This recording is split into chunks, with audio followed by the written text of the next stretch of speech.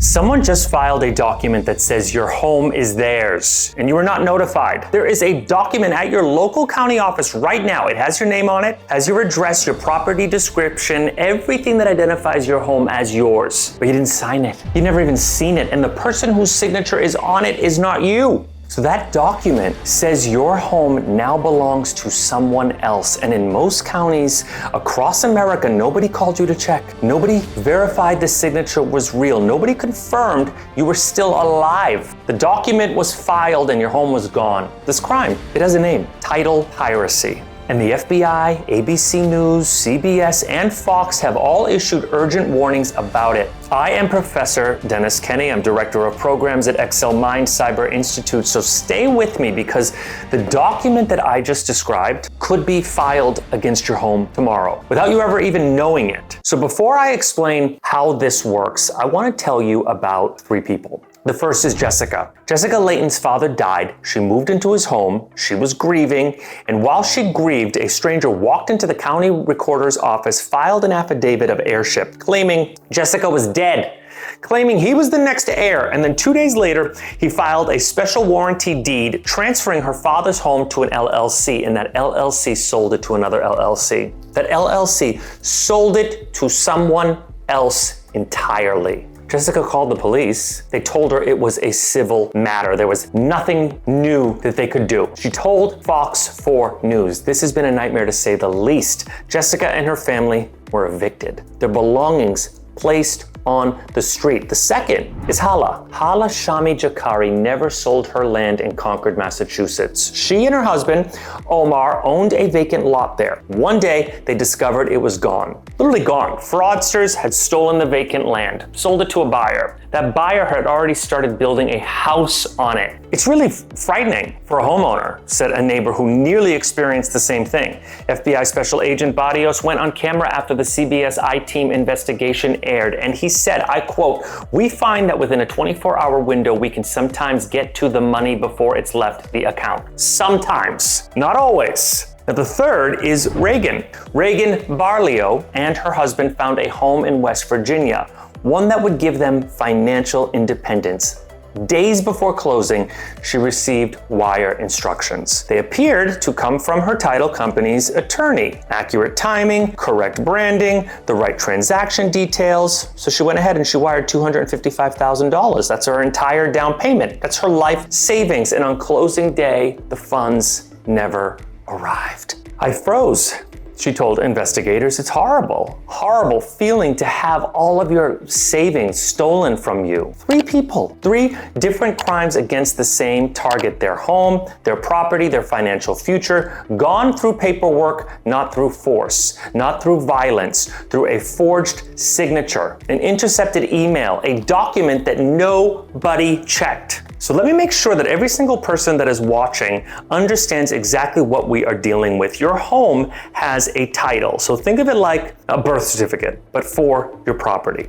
It lists your name as the legal owner. It records the history of the property and it lives in a public record at your county recorder's office. So when your home is bought or sold, a new document called a deed is filed. The deed transfers ownership from one person to another. So here is the vulnerability that title pirates exploit. In most counties across America, that deed can be filed by anyone with any name on it, including yours, forged. The county records it, the public record updates, and unless you are actively monitoring your property title, you will have no clue. You will not even know it happened. So there's no automatic phone call, there's no email alert, there's no certified letter sent to your door. In most places, the only way to find out your home has been stolen, the only way is to stumble upon it yourself or to have a neighbor call you. So when a construction crew shows up on your land. Now, let me show you exactly how title pirates operate, because there is not just one method. In fact, there are 3, and each one targets a different type of homeowner. So method number 1, forged deed vacant property. So this is the most common form.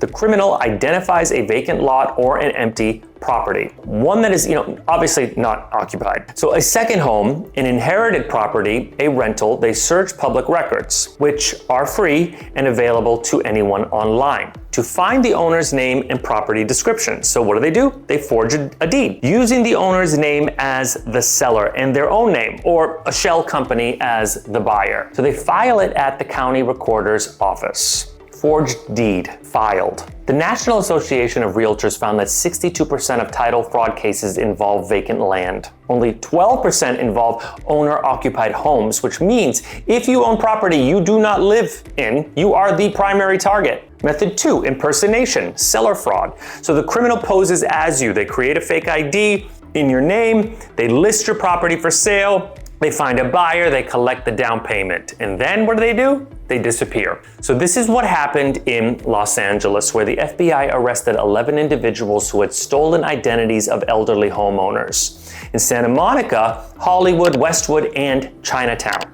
FBI Assistant Director Akil Davis said the growing problem of title fraud victimizes homeowners and lenders, many of whom are elderly and have their identities stolen, in addition to their hard-earned money. So method 3. Wire fraud, closing day interception. So this is what happened to Reagan. The criminal gains access to the email of a title company, an attorney, or real estate agent. They monitor the transaction silently. They learn the closing date, the amounts, the wire instructions, and days before closing, they send an email from the compromised account with updated wire instructions pointing to their account instead. The buyer wires the money. The funds disappear within hours, and the real closing cannot proceed. More than 1 in 5 consumers report receiving suspicious communications during a real estate closing. 50% of title and escrow companies say they encounter suspicious activity at least quarterly. Now, let me show you what this is actually costing people. 2023, 9,521 victims, 145 million stolen. 2024, 9,359 victims, 173 million stolen. 2025, 12,368 victims, 275 million stolen. 3 consecutive years of growth, not slowing down, accelerating. And seniors carry, the heaviest burden. They represent 19% of victims, but 44% of all losses, because seniors typically carry the most equity and are least likely to be monitoring their property records daily. The criminal does not need to hack a database, does not need to break a password, does not need to write a line of code. He just needs to know your name, your property address, and the address of your county recorder's office. All 3 are freely available online right now. Now, I want to address something directly because some people watching this might think, Professor, this is a real estate story, this is not a cybersecurity story, but it's both. And here is why. Every title piracy scheme starts the same way, with data, your name, your address, your property details, you identify the documents. In most cases, that data was stolen in a breach. The Equifax breach, the Change Healthcare breach, the National Public Data breach. Over 3 billion personal records exposed across those 3 incidents alone. Your name, your social security number, your address history, all of it is available to a criminal on the dark web. For the price of a monthly subscription, that data becomes the raw material for a forged deed, a fake ID, convincing impersonation. The data breaches is just the beginning. The forged document is the end, and the gap between those 2 events is where GRC framework would have intervened. So AI is now accelerating every part of this process. Certified ID's 2026 State of Wire Fraud Report confirmed AI is being used to generate realistic emails that mimic tone, cloned voices, impersonating buyers, sellers, agents on calls, deep fake videos, messaging confirming fake wire instructions. This is not a pen and paper crime anymore. This is a cyber crime that is wearing a real estate mask. So here's exactly what you do. 6 steps. Every single homeowner, every property investor, every person saving for a down payment. Step 1, sign up for property alert notifications. Most counties now offer a free service. It sends you an alert by email or text. Anytime a document is filed against your property, you will receive notification.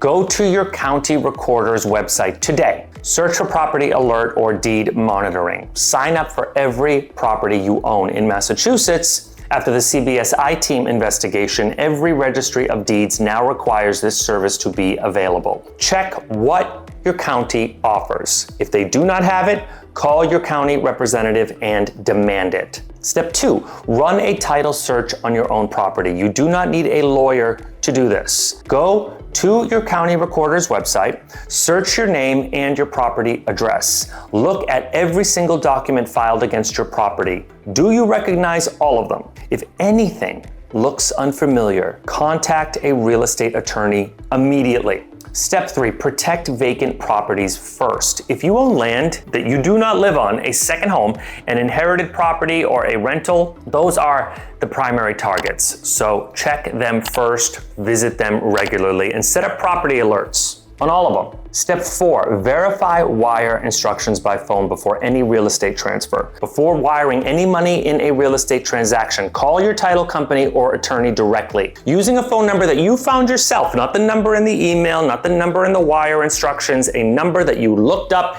independently, and confirm the wire instructions verbally every single time. Now, this one step would have saved Reagan's $255,000. Step 5, consider title insurance and check what it covers. Standard title insurance protects against past claims on your property, and not all policies cover fraud committed after you purchase the home. So go ahead and ask your insurer explicitly, does this policy cover deed fraud or title theft that occurs after my closing date? If the answer is no, ask what additional coverage is available. Step 6, report immediately if you discover anything. If you find a document that you did not sign, do not wait. Contact the FBI at ic3.gov immediately. Contact your local FBI field office. Contact your county recorder to flag the document. Contact a real estate attorney the same day. FBI Special Agent Barrios confirmed within a 24-hour window, authorities can sometimes intercept funds before they clear. So every hour you wait is an hour the money moves further away. So let me go ahead now and zoom out for a moment, because there is a pattern sitting underneath every story I just told you. Jessica's father's deed was stolen through a public filing system that required no identity verification. Hala's vacant land was taken through a process that never notified her a document had been filed. Reagan's down payment was stolen through an email system that had no authentication protocol for wire instruction changes. So 3 different methods, 1 common failure. Nobody was asking the 3 questions. What do we have? What could go wrong? And what are we doing about it? A county recorder's office running proper governance would require identity verification before accepting a deed transfer, would send automatic notifications to the property owner on record, would flag unusual patterns like a deed filed on a property with no recent sale activity. A title company running proper risk management would require verbal confirmation of wire instruction changes. They would flag last-minute changes to payment details, would have a documented incident response plan for the moment that a suspicious email arrives. So none of these are technological breakthroughs. They are governance decisions. Someone sitting down and asking, what is the worst thing that could happen here, and what are we going to do about it to stop it? Now, the organizations building those frameworks right now, county governments, title companies, real estate platforms, mortgage lenders, are looking for people who speak that language. Not coders, not hackers, GRC professionals, governance, risk, and compliance. Texas just passed 3 new laws this year, specifically criminalizing deed fraud and empowering victims to get restitution. That legislation was built by people who asked those 3 questions and turned the answers into policy. That discipline, turning risk into governance, is what I teach at Excel Mind Cyber Institute. That gap between where you are and that career. I'm telling you right now, it's not talent. It's not the degree, it's the language. And you can learn it faster than you think. So we started this video with a document, one that had your name on it, your address, your property, but not your signature. That document is not hypothetical. It has been filed against thousands of homes across America, against Jessica's father's house while she was grieving, against Hala's land while she was living her life, against Reagan's future days before she was supposed to move in. 275 million stolen last year, growing every year through forged signatures, stolen identities, intercepted emails, and a recording system that files first and asks questions never. But now you know. So sign up for property alerts today. Run a title search on every property you own. Check your vacant properties first. Verify wire instructions by phone before any transfer. Confirm your title insurance covers post-purchase fraud, and report anything suspicious within 24 hours. That document with your name on it does not have to become your story. So share this video with every homeowner you know. They do not know this is possible, and now you do. So hit subscribe. Get new breakdowns like this every single week. And if you want to become the person who builds the governance frameworks that stop these documents from ever being filed, the link to Excel Mind Cyber Institute is in the description. I'm Professor Dennis Kenny. Protect yourself and the people you love. And I will see you in the next one.